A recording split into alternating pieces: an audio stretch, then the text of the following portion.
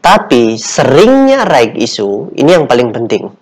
Seringnya perusahaan itu right issue, itu menandakan pengelolaan keuangan oleh manajemen perusahaan itu sangat buruk.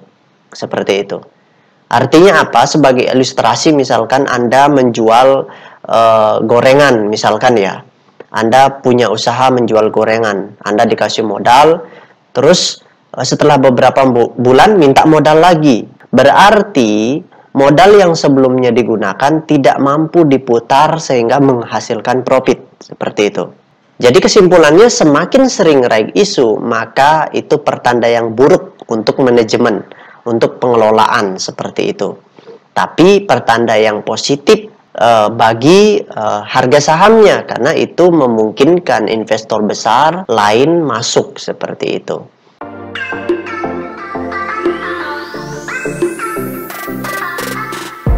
Hai Smart Traders, investor, kembali lagi bersama saya Kadek Martayasa di channel Yuk Nabung Saham. Nah, di episode kali ini kita akan membahas salah satu perusahaan yang di-request oleh Jenny Pasarebu. Kode sahamnya PADI, nama perusahaannya yaitu PT Mina Padi Investama Sekuritas. Nah, sebelum Pak Guru membahas data, jadi Pak Guru akan menjawab pertanyaan secara konsepnya dulu.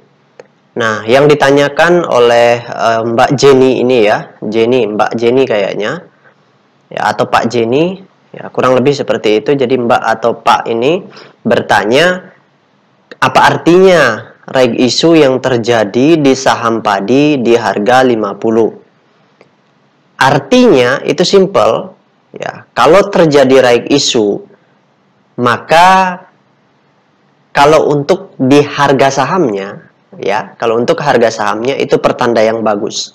Tapi kalau untuk ke perusahaannya itu pertanda buruk gitu. Jadi itu harus dipahami dulu.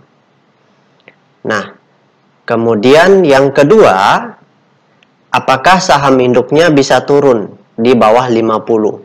Nah, kalau saham perusahaan itu IPO di papan akselerasi, maka bisa jatuh ke bawah harga saham 50. Jadi tidak mentok di 50, mentoknya di Rp1 gitu. Kalau dia IPO di papan pengembangan atau papan utama, maka dia bisa hanya mentok sampai 50. Nah, karena padi ini mentok di 50, maka dia tidak akan pernah bisa turun di bawah 50. Itu yang kedua. Konsepnya right issue itu sangat bagus untuk harga sahamnya. Terlepas right issue-nya terjadi di atas harga pasar atau di bawah harga pasar, itu prinsip dasarnya bagus. Kenapa? Karena memungkinkan investor besar lain masuk, seperti itu. Apalagi kalau dilihat dari kasus saham padi ini, mentoknya di 50 itu sudah bertahun-tahun. Nah, itu sudah membuat retail sangat bosan menunggu, sehingga kemungkinan besar retail untuk menebus saham hasil cetakan yang baru, hasil right issue itu sangat kecil. Gitu, sangat kecil karena mereka sudah bosan menunggu cukup lama sehingga mereka malas menebus. Akhirnya kepemilikan retail akan terdelusi. Dan kalau retail tidak mau menebus, siapa yang akan menebus? Tentunya bukan retail lagi yang mau membeli, tapi harapan kita institusi, seperti itu. Atau investor-investor individual yang punya uang banyak yang mau menebus saham perusahaan ini, seperti itu. Sehingga itu memungkinkan nanti sahamnya di markup dari 50 mungkin kembali ke 100, seperti itu. Nah, tapi kalau harga right issue-nya misalkan di harga 25, ya, diminta ditebus di harga 25 right issue-nya, maka yang beli di harga 25 itu sudah untung di pasar sebanyak 50%. 100% ya. Karena harga sahamnya sekarang 50, artinya dia sudah untung 100% loh. Kalau dia menebus saham right issue-nya di harga Rp25. Jadi gimana caranya dia bisa jualan ya? Tinggal kerek ke 60 habis itu jualan, seperti itu. Tapi jarang retail yang mau menampung di situ. Umumnya mereka juga pasti mau cari untung lebih dari 100 dong. kalau seperti itu. Yang jelas mereka sudah punya kans untung seperti itu. Nah, yang lebih bagus lagi kalau misalkan harga right isunya itu di atas harga 50, katakanlah di harga 100. Maka saham right issue yang dibeli di harga 100 tentu akan dijual di atas harga 100. Gitu. Jadi itu konsepnya. Maka untuk mendapatkan keuntungan, karena sahamnya sekarang mentok di 50, itu harus dikerek, harus diborong sampai naik lebih dari 100 rupiah gitu. Entah itu 130 atau 150, terserah mereka yang menguasai, yang membeli saham right issue-nya dalam jumlah besar itu. Seperti itu. Nah, jadi itu konsep dasarnya. Seperti itu. Terlepas tidak ada hubungannya dengan PBP atau kondisi perusahaan yang sehat atau apa, itu tidak ada hubungannya dengan kenaikan harga saham. Kenaikan harga saham semata-mata karena ada yang memborong seperti itu. Karena terlepas dari pemberitaannya positif atau negatif, kalau ada yang borong harga sahamnya naik. Terlepas pemberitaan negatif atau positif, kalau ada yang jualan dalam jumlah besar, harganya turun seperti itu. Cuman kalau berita positif muncul, harganya naik, itu berarti investor besarnya mau menghubungkan dengan kondisi perusahaan, pemberitaan seperti itu. Begitu juga sebaliknya, kalau berita negatif kemudian harga sahamnya turun, ya jadi dihubung-hubungkan, itu sengaja dihubungkan dengan kondisi perusahaan seperti itu. Walaupun sebenarnya secara tidak langsung tidak ada hubungannya. Nah, kemudian apa keuntungan right issue bagi perusahaan? Ya, perusahaan dapat pemodalan baru gitu. Tapi seringnya right issue, ini yang paling penting. Seringnya perusahaan itu right issue, itu menandakan pengelolaan keuangan oleh manajemen perusahaan itu sangat buruk. Seperti itu. Artinya apa? Sebagai ilustrasi, misalkan Anda menjual gorengan, misalkan ya. Anda punya usaha menjual gorengan. Anda dikasih modal, terus setelah beberapa bulan minta modal lagi. Berarti modal yang sebelumnya digunakan tidak mampu diputar sehingga menghasilkan profit. Seperti itu. Jadi kesimpulannya, semakin sering right issue, maka itu pertanda yang buruk untuk manajemen, untuk pengelolaan seperti itu. Tapi pertanda yang positif. Jika Anda menyukai konten-konten kami mengundang Anda untuk mengklik tombol like dan subscribe agar Anda mendapatkan video terbaru kami setiap minggunya. Bagi harga sahamnya, karena itu memungkinkan investor besar lain masuk seperti itu.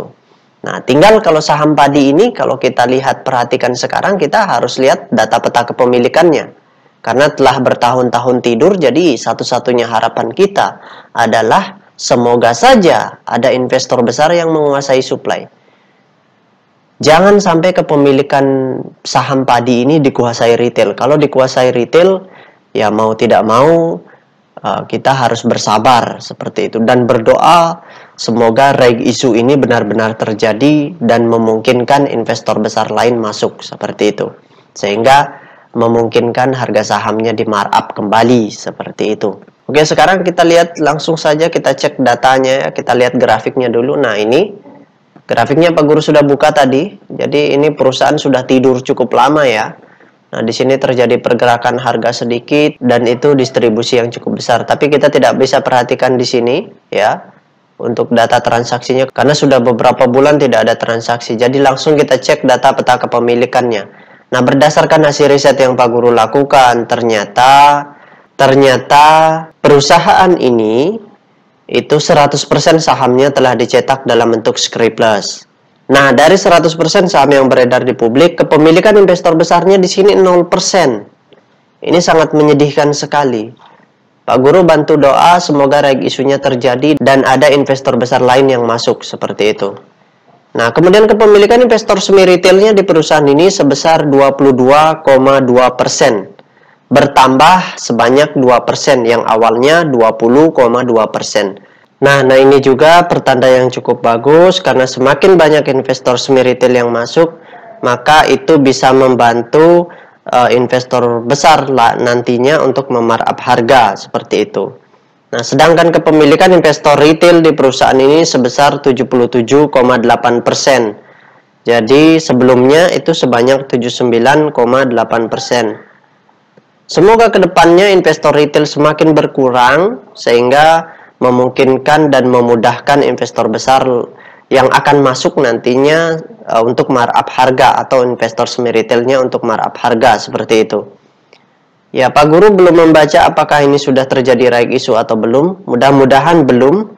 Dan nanti ketika terjadi right issue itu retail tidak mau menebus harga sahamnya dan ada investor besar lain yang masuk, sudah pasti ya. Kalau retail tidak mau menebus harga sahamnya, maka mau tidak mau pasti dijual ke institusi, seperti itu.